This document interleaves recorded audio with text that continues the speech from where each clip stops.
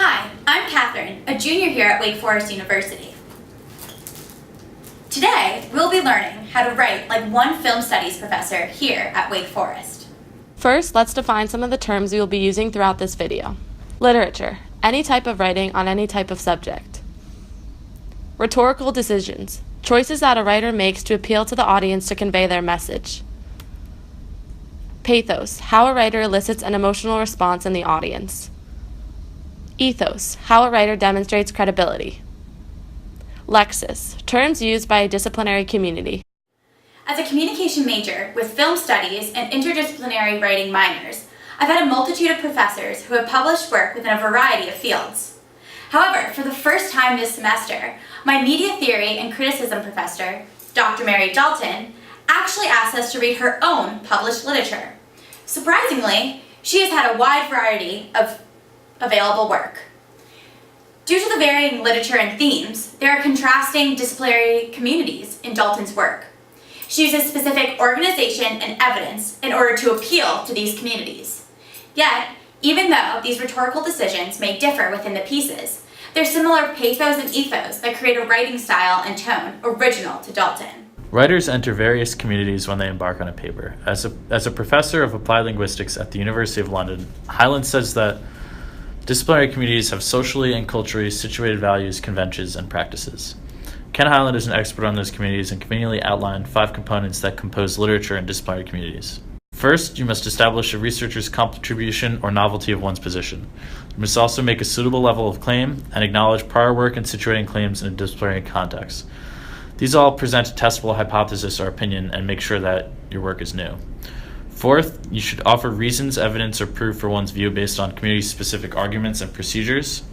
And fifth, you should demonstrate an appropriate disciplinary ethos and willingness to negotiate with peers through things like citations, formatting, and experimentation, all of which take place in the disciplinary communities. In this case study, we'll be focusing on 3 of Dalton's works, all of which have different disciplinary communities. The first being the film studies community, the second the academic community, and the third the popular community. One of her articles written for the film studies community is From Dad to Mom, Transgendered Motherhood in Trans America. This paper is a film analysis of Trans America which explores a trans woman and her journey of finding out that she has a 17-year-old son. It's important to note that she draws attention to the fact that Trans America was released in 2005, at a time when heterosexist privilege was dictating marriage, paternal rights, adopting, and more. In terms of evidence, Dalton connects to other films such as Thelma and Louise without a description because of her audience. She knows that those in the film studies community are expected to know an extensive amount of films without her having to explicitly state them. In terms of structure, it follows the pattern of a summary, then film analysis done chronologically scene by scene. Another convention within the film studies community is a specific lexis. She uses terms such as tight shot and apt visual representation. Dalton was able to effectively persuade the film studies community and make a suitable level of claim due to the structure and evidence of her paper. Dalton wrote When the Podium Becomes a Pedestal for the 4th edition of the Hollywood curriculum. In this paper, she describes the inaccuracy of classrooms and films. With this, Dalton knew that her disciplinary community was the academic community, those who had read the previous 3 editions, scholars, graduate students, doctoral students, and the overall academic community interested in education theory. It also includes academia interested in film studies, race, and class. This essay follows a different organization. Dalton begins by providing personal anecdotes where she learned about race, violence, and studies in her youth and adult years. This introduction allows the academic community to understand why she is commenting on race, class, and ethnicity, even though traditionally she is known primarily as a film critic. She then connects to the specific audience within the academic community of film studies scholars with evidence. She does this by listing many various films. The extensive mentioning of films proves that she is aware of most, if not all, of the films that have classroom settings. She also quotes other studies and scholars who have tried to tackle the issues between curriculum and film. These quotes and mentions signal to the curriculum, race, and social class disciplinary communities. The balance between the education theory and mentioning of films allows her to persuade all members of the academia community. Dr. Mary Dalton writes for the public community through her film blog.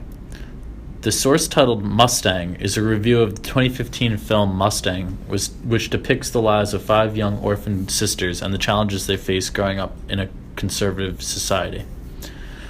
The audience for these posts are Facebook friends, Twitter followers, and others that follow the blog, mostly friends and former students.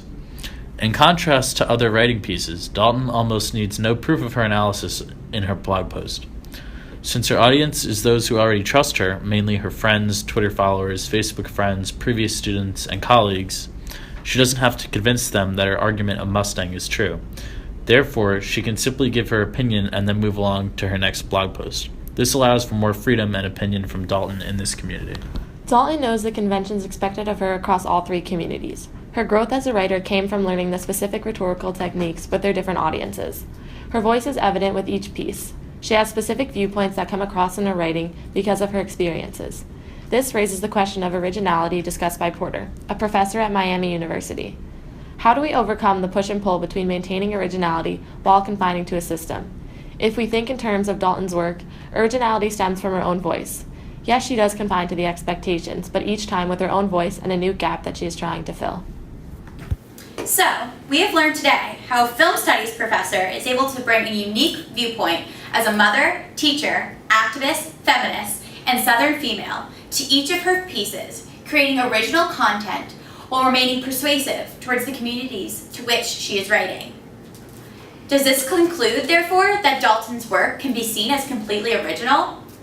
Or is it a combination of originality and learned rhetorical choices? I'll leave you with that to discuss. Until next time.